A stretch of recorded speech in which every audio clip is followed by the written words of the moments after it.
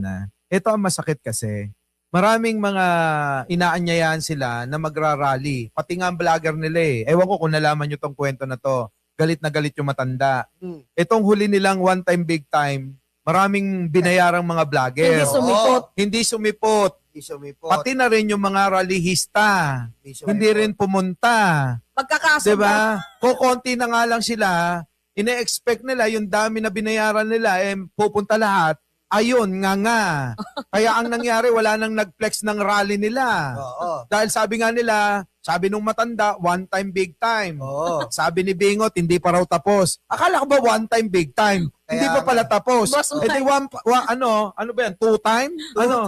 Boss Mike, yung ano nila, yung rally nila, nakita ko, si Mike Defensor, sorry ha, Sir, maawa ka naman sa ano mo, sa Facebook mo. Kakasabi mo ng one time, big time rally, mas marami pa nga yung joyride rider na nagbiyahe doon. Pati yung mga lalamove rider, pati mga food panda.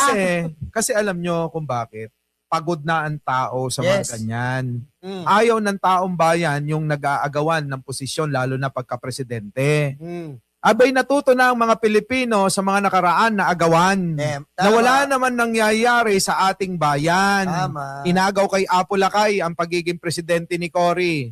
Lumago ba tayo? Lalo tayo naghirap. Inagaw ang kapangyarihan kay Erap ni Gloriang Maliit. Ano nangyari? Wala. Diba nagnakaw din ng nagnakaw? Ang tanong ko ngayon, nung panahon na yon, nandoon si Mike Defensor.